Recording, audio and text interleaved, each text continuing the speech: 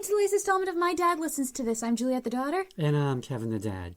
And this week, we're talking about the one, the only, the Prince of Darkness himself, Alice Cooper. To be more specific, the album Mascara and Monsters, which is basically the singles versions of his songs throughout the years. So, Dad, what do we need to know about the Lord of Darkness? Well, before we do that, we need our listeners to know that this is going to be a two-part episode, as we have 22 songs to review, not to mention a biography, and the usual info you've come to know and tolerate. Everybody got that? Good. So our first two-parter was Weird Al Yankovic. Now we've got Alice Cooper, and it seems that if you have A-L in your name, you're going to get a two-part episode.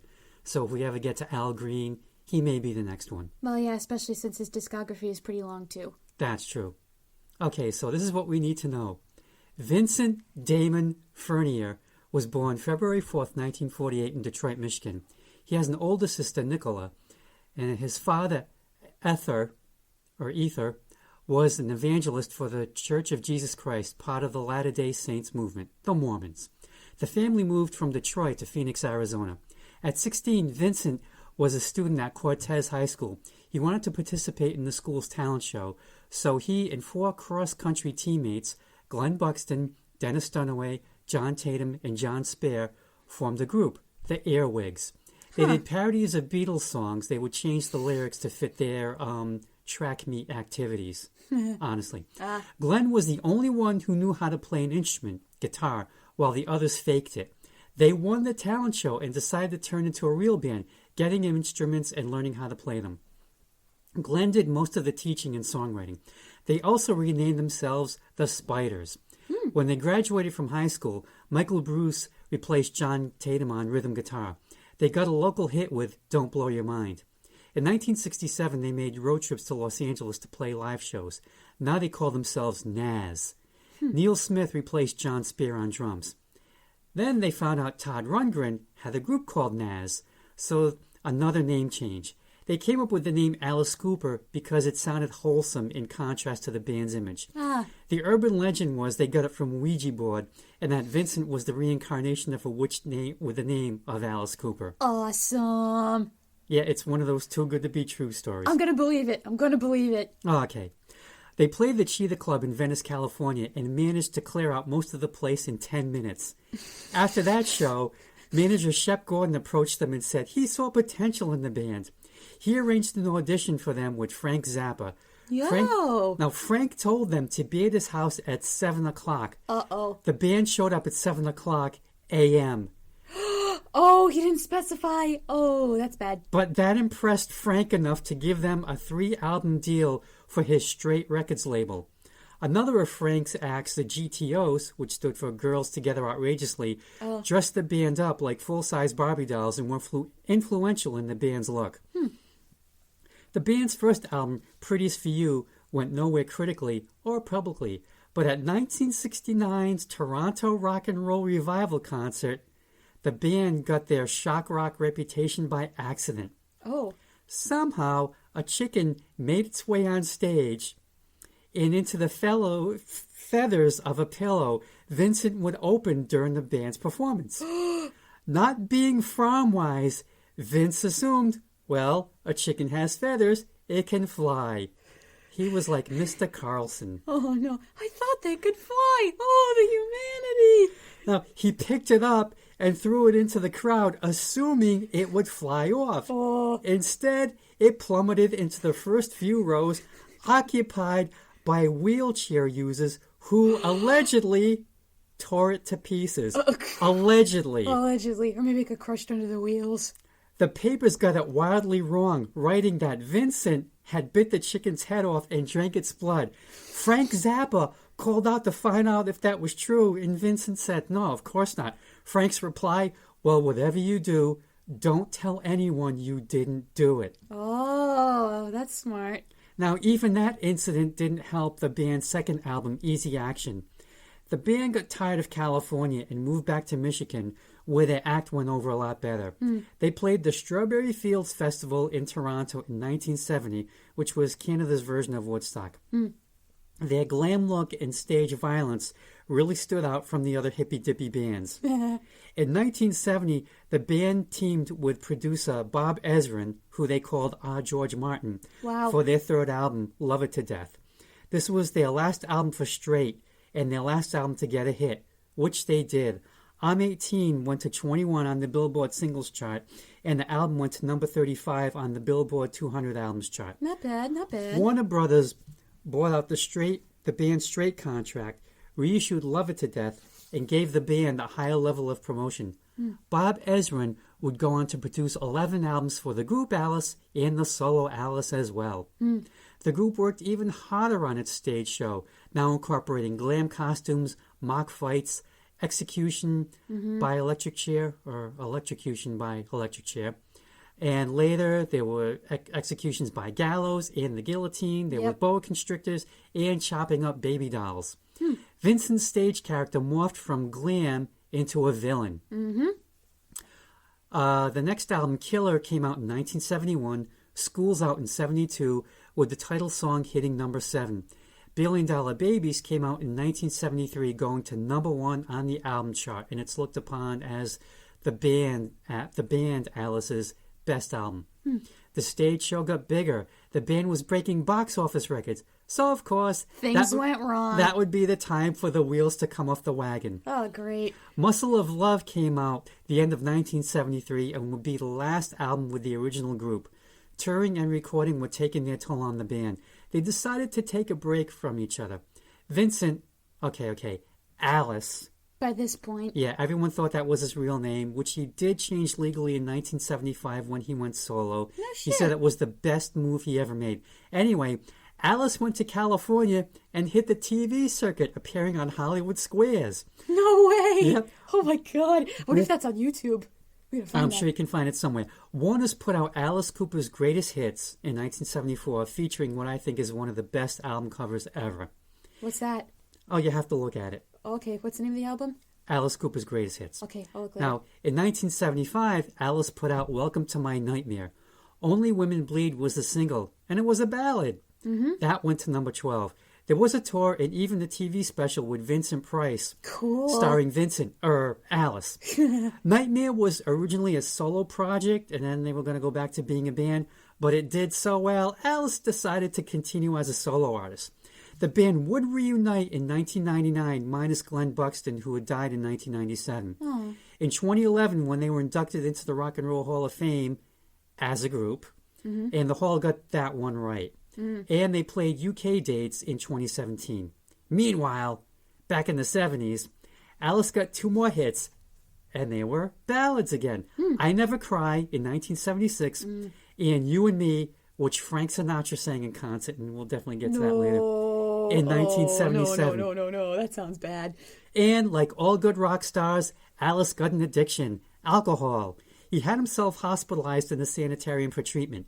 In 1978, he was sober and used his sanitarium experience for the album From the Inside. And for a comic book, too, right? We'll get to that. Okay. And he got another top 20 hit, another ballad, How You Gonna See Me Now? And he did The Muppet Show, performing Welcome to My Nightmare, You and Me, and School's Out. Which, a little fun fact about that, Brian Henson said, just when everybody around the world, because The Muppet Show was a worldwide phenomenon when it came out, and he went, just when everyone was thinking that the Muppets were family friendly, my dad booked Alice Cooper as the guest. But if you haven't seen that episode, definitely watch it on Disney+. We'll talk a little bit about it later. But for reference, every time there's a top 10 list of the best Muppet Show hosts, Alice is always or close to the number 1 spot. I could see that. Yep. He also appeared in Mae West's last movie, Sextet. Whoa. And was a bad guy. He played I think it was a disco waiter. Disco waiter? And was a bad guy in Sgt. Pepper's Lonely Hearts Club Band. He sings Because with the Bee Gees. Oh, cool. The 70s. Anything could happen. And it did. And it probably shouldn't have. In 1979, he got his own Marvel comic book adapted from his From the Inside album. It was just one issue, and it was Marvel Premiere number 50. And I think I may still have my copy. Nice. Don't ever sell it. Then came the 80s, which Alice called his blackout period because he could not remember making some of the albums. Hello, cocaine. Hello, Alice. Oh, no. Believe it or not, and please believe it, he eked out a new wave top 40 hit, Clones Were All. It hit number 40. He was hitting the sauce again, on top of that, too. And this time was diagnosed with cirrhosis of the liver. Oh, shit. Which is not pleasant. No. This time he cleaned up for good. 40 years of sobriety next year. Good for him. It almost cost him his marriage. He and his wife Cheryl were on the verge of divorcing, but they reconciled. Mm-hmm. And they're still married. Yep, they are, which is impressive in rock and roll years. Mm-hmm. Alice threw himself into his work, making albums, touring, and still outraging the stiffs, presenting with Grace Jones at the Grammys, Cool. appearing at WrestleMania 3, and nearly dying of asphyxiation after a safety rope broke during a rehearsal for the old hanging routine. Oh, yeah. Apparently he survived. In 1989, he roared back to life with the album Trash and the single Poison. Which is awesome, but we'll get to that later. Which went to number 7 on Billboard's singles chart. And also he became addicted once again, this time to golf. Oh. Yep. I've heard about his fascination with golf. Oh, yeah. He plays 6 days a week, and he's been in pro-ams, and he even titled his 2007 autobiography, Alice Cooper, Golf Monster. Not to be confused with his earlier, tough-to-find autobiography, Me, Alice. In 2012, Alice formed a supergroup, the Hollywood Vampires, along with Joe Perry from Aerosmith and Johnny Depp. Yes, that Johnny Depp. Well, Johnny can sing. They've put out 2 albums so far. The first was a bunch of covers that paid tribute to their rock heroes who had died, either by drinking, addiction, getting killed, whatever. And on their albums, they have featured guest appearances by Dave Grohl, Joe Walsh, Zach Stockey, Christopher Lee, and they all geeked out on this one when it happened, Paul McCartney. No way. Cool. Yep. The band got its name from an informal drinking club Alice formed in the 70s, back when he was drinking, which included John Lennon, Ringo Starr, Harry Nilsson, Keith Moon, and Mickey Dolenz from the Monkees. And is Alice the only one who's still alive? No. Oh, Ringo's alive. Duh. Ringo and Mickey are still alive. Okay, so that's 3 people. Yep. He still puts out albums, the most recent being 2021's Detroit Stories. Some of the songs on that were covers in tribute to earlier Detroit bands, and there were some originals as well. And he has a TikTok now, and he knows how to use it, which is hilarious. His latest video was when he talked about executing myself live on stage every night, and he had a line from Austin Powers where it was Dr. Evil saying, "And the best part about this plan is no one can stop me." So I'm like, oh, he knows. He's dangerous now. And he still tours. I saw him in August of 2017 at Great Woods, or whatever it's called these days. The Xfinity Center. In Mansfield, Mass. The man was second on the bill, but he easily could have been the closer. It was Edgar Winter first, then Alice, then Deep Purple. And yeah, he did the head slicing thing, and the man just put on an unbelievable show. And at the time, he was 69 years old, and he's like running all over the stage and just active as anything. You'd swear he was like at least 30, maybe 40 years younger. He looks younger than he really is. Yeah. Oh, and also in 2018, he stole the show as Herod in NBC's live Jesus Christ Superstar. Yep. Did the man win an Emmy? I don't know if he did. John Legend won an Emmy for that, which in my opinion it should have gone to Alice over him if Alice got nominated. But if you haven't seen that and you want the video footage of his performance singing King Herod's song, it is on Vimeo. It is not on YouTube, but I can easily send it to you. He didn't really stole the scene. He stole the show. Like, the crowd went nuts, and my friends and I who were watching it, we went nuts while he was watching it. Like, the guy cued the band, and he had a literal mic drop, and when they started applauding, he just went full ham. It was amazing. Oh, that was great when he's walking in the front row and sticking out his hand. Like Wayne's World. Yes, yeah.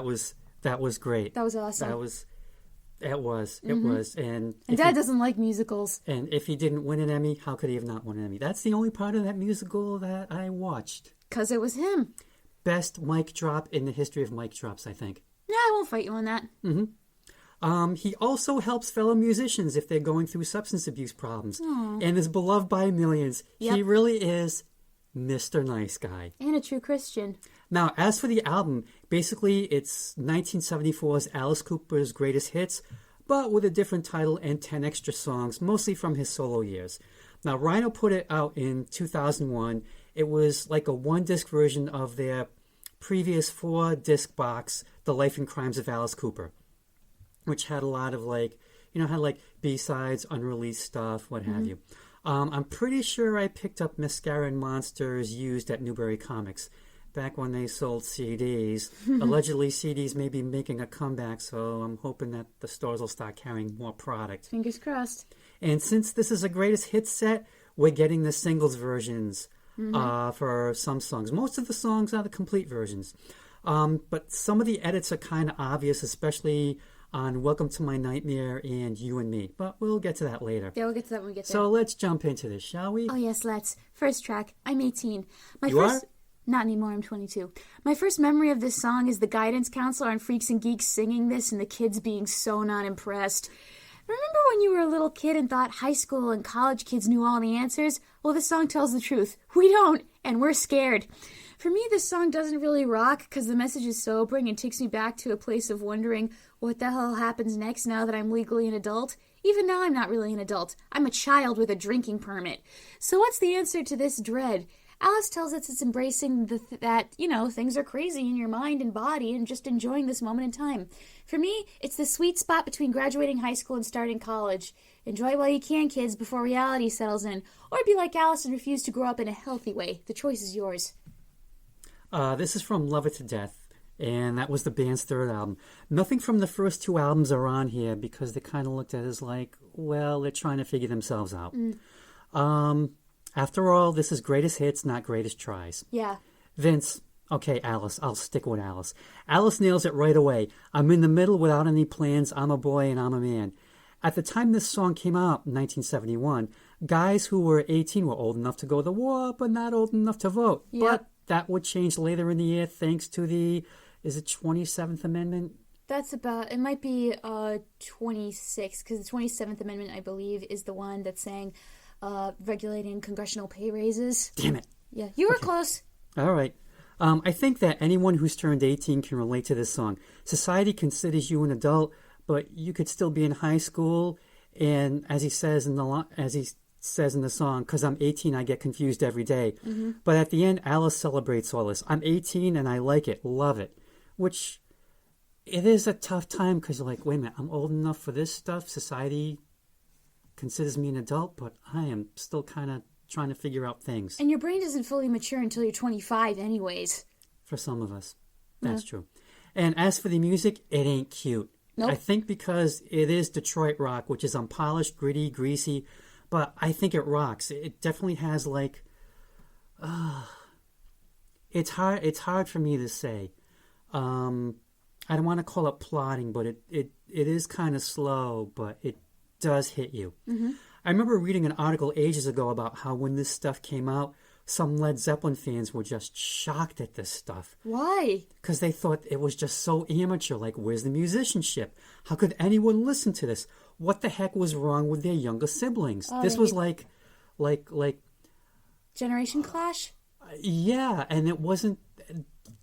It might have been like maybe a 5-year difference from the older brothers and sisters are looking at their siblings like, how can you listen to this stuff? What the heck's wrong with you? Oh boy, these need guys to calm are like, down.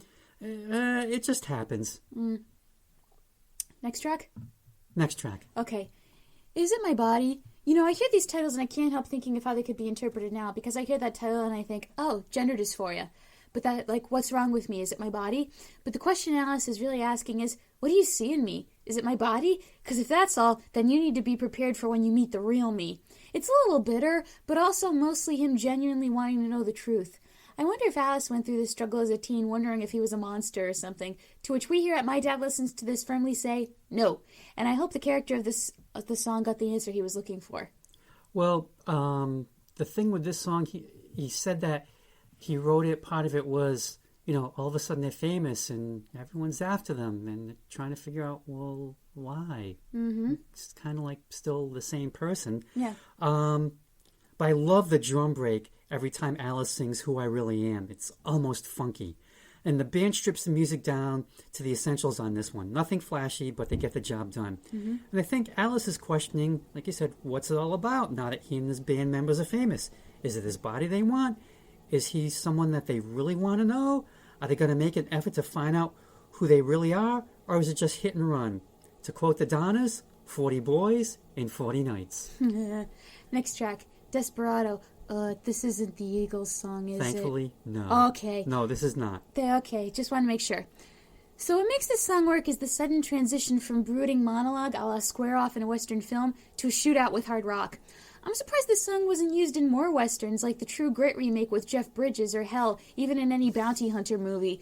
Yet despite the intimidation and the promise that if you have a price on your head you will bite Alice's bullet, there's still an aura of tragedy, or rather ennui, because this is all the bounty hunter does. Kill, collect the money, rinse, lather, repeat.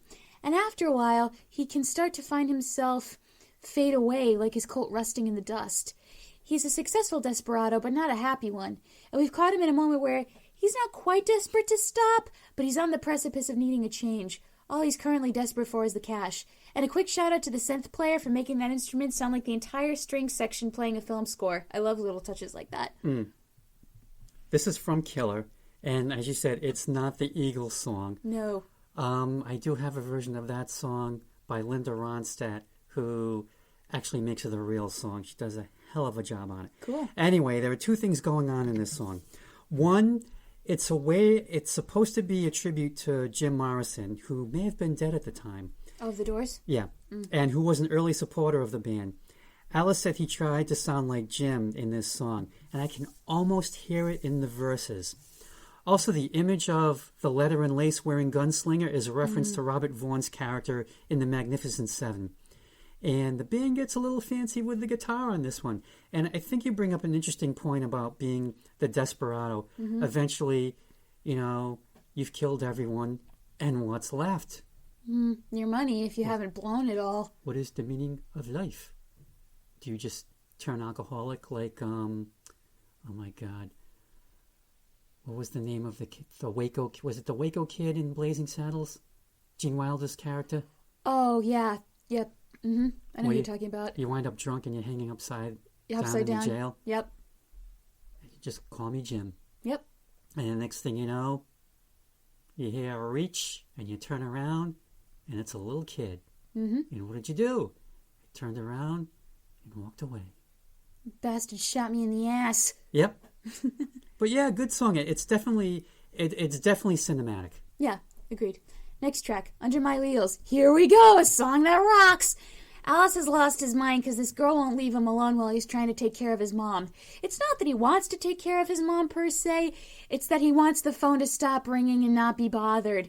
And when the ringing doesn't stop, he decides he'd like nothing more than to run her over. Which honestly, thinking about my family and how Dad and I both hate using the phone, I feel that, especially in the age of spam callers and telemarketers. And I don't think Grandpa would approve of the murder part, but I think he'd understand the emotion behind it. The part I can't take seriously is when Alice starts screeching the word wheels at the top of his lungs. It's supposed to make him sound more and more hysterical and high-strung, but instead he sounds like a squealing pig who got stuck in a fence, and I'm equally bemused and uncomfortable. But I think I realized the perfect use for this song. Monster, truck, rally. I think if they played this, the crowd would go wild. And some people might say, what a horrible thing to write a song about. Hey, it's Alice healthily expressing his frustrations. If he didn't do that, maybe he'd actually mow someone under his wheels. And lucky us, he chose songwriting because we can buckle up and go along for the ride. This is also from Killer. And I kind of looked at this song a little differently. Like Alice's girlfriend calls and she's nagging him about taking him out. And he can't go for some reason. And then he imagines the scenario when she calls, he goes over and whoops, he runs her over with his car, hence the title. Oh, did I do that? Yeah. Great guitar riff when Alice sings Telephone is Ringing when the song starts. And this song absolutely rocks. You could put this song with that song about that the police did. Is that My Mother on the Phone? Yeah, you could. You could. Absolutely. That would be an interesting mashup. Someone out there get on that. Hey, Steve, my friend Emily's fiance, I don't know if they got married yet. He does mashups. Can you do a mashup of those two songs? That would be a crazy ride. Okay, next track, Be My Lover. Based on a true story? Inquiring minds want to know. A great bar song. Alice and a woman meet up at a bar and tell each other the same thing. If you want to be my lover. Oh, wait a minute, wrong song. Take me home because it's a long way to paradise and I'm still on my own. What I hear in that sentence is this. I am very interested, but I'm not at a place in my life right now where I can. I think the part that annoys Alice the most is when she asks why it is that his stage name is Alice, and he has a little whine in a voice like, "Why is your name Alice?" And as he says it, like he's so sick of people asking him this question when they clearly don't like him anyways. And yet, there's a short instrumental at the end of the song that builds and builds to, well, a climax, and then the song ends. The musical equivalent of a cliffhanger that made me go, oh, what? That's some bullshit.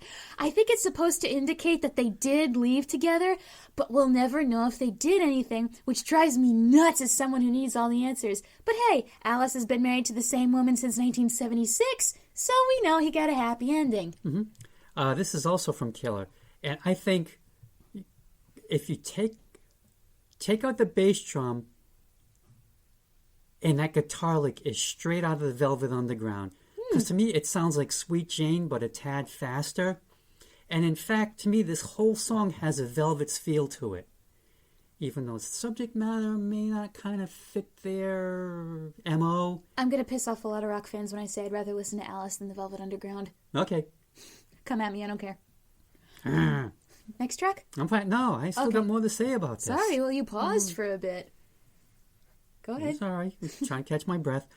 So, yeah, Alice meets a woman. They go out for a drink or three. Starts telling him her life story. If he wants to be her lover, he better take her home. But then he says the same thing to her at the end. So he starts telling her his life story. He's from Detroit, plays guitar in a long-haired rock and roll band. And the best lines, like you referred to them before, she asked me why the singer's name is Alice. I said, baby, you really wouldn't understand. Which is like you said, oh, I got to explain this again. For the umpteenth time. Yeah. And then he tells her if she wants to be his lover, she has to take him home. And I thought, well, they're going to wind up somewhere. Mm-hmm. Really good song. Yeah. Next track. School's Out. Mind if I tell you how the Muppets did it? You go right ahead. When Alice hosted the Muppet Show, they performed this for his last number. So they had a creepy Muppet band. It wasn't Dr. Teeth and the Electric Mayhem, because when they opened the show, they set up that Alice brought his own monsters. So it's his own monsters who are the band. You have guys in giant Muppet suits dancing, and Alice comes out at first in a full graduation cap and gown, only for the gown to get ripped off and reveal a red devil jumpsuit with high-heeled brown leather boots, and then at the end, you replace the cap for a top hat and a Fred Astaire dance cane. Then he sings it with a group of Muppet backup singers, and they're kind of like manhandling him a little bit, and of course there's explosions in the background. It is so much fun. As for how I heard the song, well, Dad always played it on my last day of school, and I continued doing it right up until graduation. Now I have no real reason to listen to the song other than reminiscing and needing something kick-ass in the summer. Aw, yeah. And this song is every kid's fantasy. Not only is school out for the day, it's out forever, because school's been blown up. I can't tell you how many of our inner children rejoice at the idea, especially if you went to a school where a teacher was particularly nasty. My entire 5th grade class would have loved this if it meant we never had to see Miss Rogers ever again. To sweeten the deal, Alice adds the singing voices of kids, and they're cheering at the end as the bell rings, and it's Smithers, release the hounds, and they run to freedom and never come back. Then the song powers down, and it's over. But what an endorphin rush, especially with the guitar screaming those high notes. A perfect rock song wrapped in a red bow for the kids. We can't even think of a word that rhymes and all, which is what happens if you don't go to school. Aha. Yep. This is from School's Out. This song is 50 years old, and it is still fresh as ever. Alice said there are 2 intense and joyous times of the year, Christmas and the last day of school. I don't think the band was ever going to do a Christmas song, so... Yeah, well, yeah. Now, I graduated high school in 1981, but I still get that feeling of liberation every time I hear this song. Oh, yeah. As soon as you hear, you're like, yes! See, everyone else in my grade would play, what time is it? Summertime, it's summer vacation, from High School Musical 2. And that song is, yeah, it's fun and poppy and light, but this song is like, yeah, let's leave!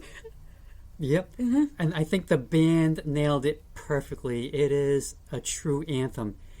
Every radio station worth its salt will be playing this next month. Agreed. As soon as that guitar riff opens the song, your head is banging. The verse about no innocence, no principles is genius for how it ends. We can't even think of a word that rhymes. Because gotta give the band credit. They didn't try. They didn't do a stupid Liaisons Raisins rhyme. Sorry, Stephen Sondheim. That was his one bad lyric. Rest in peace. Oh, may his memory Yeah, be a give them blessing. credit. They realized, hey, we can't find a word, and we're just going to fess up to it. Mm-hmm. I give them an A+. Now, the difference between the single version and the album version is at the end. Mm-hmm. This is weird, but I think I know why it was done this way. On the single, the ringing bell fades out, which kind of makes sense because it's on the radio, and on the fade out, DJs are talking about, Yeah. And now we're playing blah, blah, blah by whoever, and hey, we'll be right back after this commercial message, that kind of thing. Mm-hmm. But on the album, it's just turned off. There's no fade out. It just ends. Mm-hmm. Now, the thing is, radio stations around here played the album version when I was a kid, which is too cool, because you figured, well, they had records back then, and it was all vinyl, but you figured, well, they had 45s, but for some reason they stuck to the album. And the first time I heard the fade-out version on this collection, I thought, wait a minute, something's wrong. I don't remember it being this way. Mm-hmm. So, yes, I hunted down the School's Out album, thank you, Seekonk Library, to download the version that I've always known, and I felt so much better when I heard that it just ended. No. I kind of like that one, though. Like, oh, okay, song's over. Yeah, I guess. But just a great song. Mm-hmm. All right, next track. A song they will always be known for. Sorry. Yeah, Elected. Okay, did you get that piece of dialogue at the beginning of the song as well? I've listened to it umpteen times, and I probably didn't. Go ahead.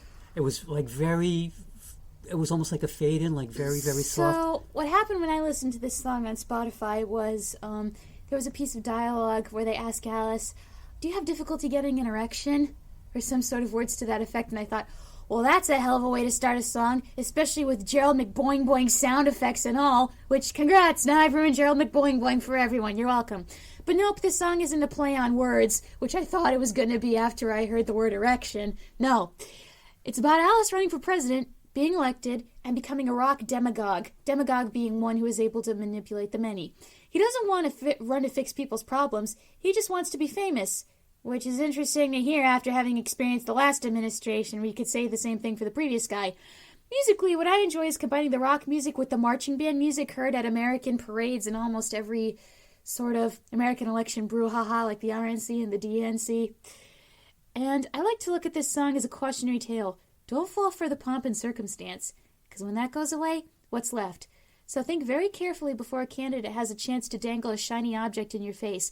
And here's my advice as a political science major, what I learned when taking a class on the executive branch. If you want to find out who a good candidate is, obviously vote for someone who you believe agrees with your political values and your beliefs. But if you want to see if they're going to be an effective leader or not, pay attention to when they're asked questions about foreign policy. Because the way the institution of the president is designed, he or she, or they, will have more power over foreign policy than it comes to domestic policy. That makes sense. Domestic policy is Congress's wheelhouse. So if you want to figure out who's a good leader, pay attention to what they know about foreign policy. Okay? Good. Not as much of a fun jam anymore, but that's how times have changed. It would have been fun until 2016. Uh-huh. Mm-hmm. Okay, this and the next 4 songs are from $1 Billion Babies. Mm-hmm. Like I said, it's considered to be the band's best album. Alice for President? Well, we've had worse. Mm-hmm. And he does run every 4 years. Alice? Yep. Really? Yep. Aw. And hey, he's old enough now to win in 2024. He'll only be 76. Yeah, he won't be the oldest anymore. Yep. Now, here's something I never knew. Joey Ramone said that any resemblance between Elected and I Want to Be Sedated was intentional. And at first I thought, what? And then I listened to Elected and I Want to Be Sedated, and I realized, yeah, it is there. So if you want to go, you can compare the two. And we could do a mashup of that as well. It'd be so easy to do. Be amazed. Mm-hmm. And this song, as it goes along, it's like it gets bigger and louder. Almost like campaigns, I guess. Like you're trying to make that race to the finish line. Mm-hmm. And he said that he wrote this because, hey, why not? Mm-hmm. Alice for president? Outrageous at the time. Nowadays, pretty reasonable. Not so much. Yeah. Because we've got, I've heard maybe The Rock is going to run. And God knows who else. And Dr. Oz is running for Congress, which, yay. Quack. He's been having some issues. Oh, yes. But that's That's a story for our political podcast. Which will never happen. Right. No. Next track. Hello, hooray. Can you imagine Alice using this to open his first concert after COVID? Yes, I could. The tone and the mood would be perfect. Hell, this is how everyone felt when they could go see shows and concerts again. Alice greets the audience, or listeners in our case, and just revels in the moment. I hope it never gets old for him to feel this way. It's also the ultimate tease if performed live, I think, because while this number is beautiful, you're like, come on, let's hear some rock, let's get going. I want to see the part where he cuts off his head in front of everybody. And it teases us even more with the end as he boasts about how he feels so strong over and over. That can get tiring after a while, but if your energy level matches his, then you can give yourself up to that feeling and enjoy it. Great opener to rile up the crowd. Yeah, for his show, he paces everything out. You're not going to get everything all at once, but you are going to get what you came for. The man just delivers. This was written by Rolf Kempf and was first performed by Judy Collins back in 1968. Yep, it's the opening track to her album, Who Knows Where the Time Goes. Different words, and it's definitely folky. I found it on YouTube, and I thought, okay, I should listen to this. And I was just stunned. I thought, this cannot be the same song. But it is. Alice's version is more personal, and he's definitely changed some of the lyrics. And it's, like you said, he's singing about that moment before going on stage. Everything's ready to go, and he's going to go out there, and he's going to give it his all. And I'll say it once again, having seen the man, he leaves everything out on the stage. He really does. He Good is for him. as entertaining as all get out. If you ever get a chance to see the man, I cannot recommend it highly enough. You will be satisfied. Again, it's almost like Stop Making Sense in that, like, you're going to see a concert, but you wind up seeing a show, if that makes sense. That makes sense. You see a piece. Yes, exactly. Thank you. That's the perfect word for it. Next track, Generation Landslide. I feel like this is as close to a protest song as we're going to get from Alice. He's protesting the culture of the American rich, and might also be protesting U.S. involvement in Cambodia, because Nixon bombed the country from 1970 to 73. And Alice just laughs at it all, because sometimes the oligarchs are so far up their own butts and out of touch, you can't help but laugh and be a bit of an absurdist. It also kind of speaks to first world problems like, oh, his sister's out till 5 doing banker's son's hours, but also she has a Maserati that's a gift from his father, like, aw, boo-hoo. And Maserati isn't the only brand that gets name-checked here. Yet with this song, there's an undercurrent of tragedy because it shows how the rich ruin their own lives, as well as the lives of people affected by their choice to hoard money.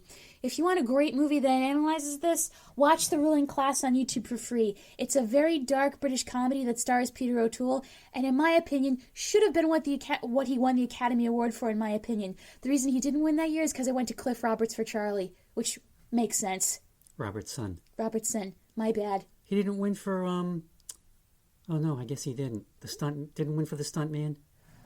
Oh, he got the honorary Oscar, right? He got the honorary Oscar Always in 2003. a bridesmaid, Never a bride. In my opinion, side note, this is just me going off on a tangent, if he had to win for any of his movies, like for another actor who clearly didn't deserve it, he should have won for Beckett because it went that year to Rex Harrison in My Fair Lady. Really? Yeah, which the dude can't sing. He just does song speak. Anyway, but that's something else. Anyway, but if you want music that addresses these themes, put this on your playlist along with other punk bands and the song First World Problems by Weird Al Yankovic, which is hilarious. Yeah. Next track. Oh, yep. You go ahead, Dad. I get a turn. Yep, sorry. I get a turn. I misspoke. That's okay. The band sound more polished on this number. And Alice called this song Diarrhoea of the Brain. He just wrote down whatever came into his head and decided, you know what, I'm not going to go back and rework it. Whatever happens, happens. For me, the funniest line, because every kid's probably heard a variation on this when they were young. Please clean your plate, dear. The Lord above can see you. Don't you know people are starving in Korea? Mostly probably from the North, I bet. Yeah. Yeah. Or if you watch Squid Game, then maybe not just the North. Really? Huh. Oh, yeah, they dive into that. Like, there's one character who escaped from North Korea to come to South Korea, and one of the characters asks her, so when you came here, was it better? And she doesn't reply. Oh, wow. Yeah. Okay. The Colgate Invisible Shield that he refers to in the song was to protect against tooth decay and bad breath. I actually tracked down the commercials. Did it work? It's advertising. Yeah, that's true. It's invisible, but it's there. To quote Madison Avenue, Jello isn't solid, but it sells. You could thank Professor Wiener for that one.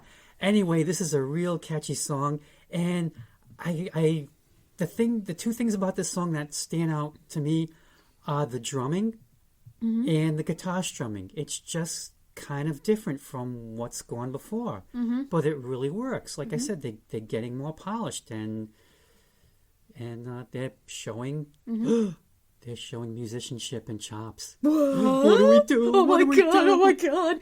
Okay, so we're at the 40-minute mark, but we have time for one more, I believe. Okay, last song for part one. No more Mr. Nice Guy.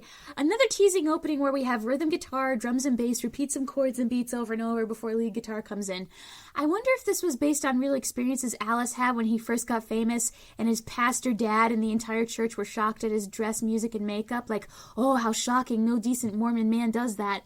But if they only judged him by his character, then I think everyone got over it pretty quick.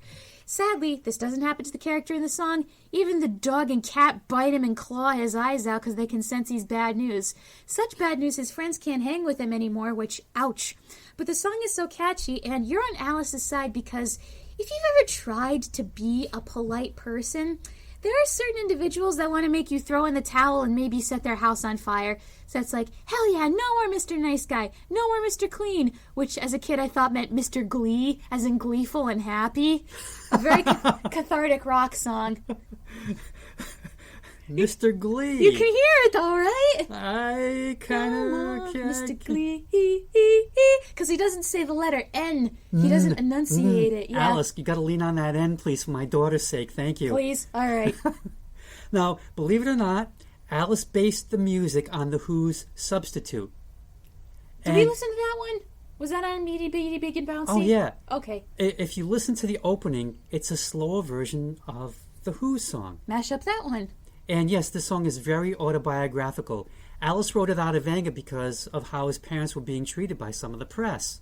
Oh, like, yeah. Look at the kid you raised. But his parents were very supportive of his career because they knew him from off stage. Such a nice boy. Yeah, isn't he a good boy? Oh, that Alice. He used to hold doors open. He helped the blind to see, but no more. And, his friends read about him in the papers and they can't be seen with him. Which I bet happened in real life. There's always people who drop you like hot rocks. His mom's kicked out of her social circle. His dad has to hide. And he just goes to church and the Reverend Smithy punches him in the nose. So the gloves are off. No more Mr. Glee. Clean. Yeah. Very anthemic. And it really, finding out what happened, in the background, it really makes you sympathize with him. Yeah. All right, so we are going to leave it there, and we're going to continue with the rest of Mascara and Monsters in our 2-part episode that's coming out 2 weeks from now. So here's my spiel. As always, thank you for listening to the latest installment of My Dad Listens to This. Like, comment, subscribe, and all that jazz. If you follow me on social media, I post all the episodes there. And if you are friends with my father, tell him what episode you would like, and he can send it right to your inbox. As always, thank you for listening to the latest installment of My Dad Listens to This. We will be back with part 2 of Mascara and Monsters to nitpick and gripe about. Dad, anything you want to say to our loyal listeners before we sign off? Yes, join us next time as once again we'll be hanging with Mr. Cooper. And please feel free to Google that reference. All right, see you next time.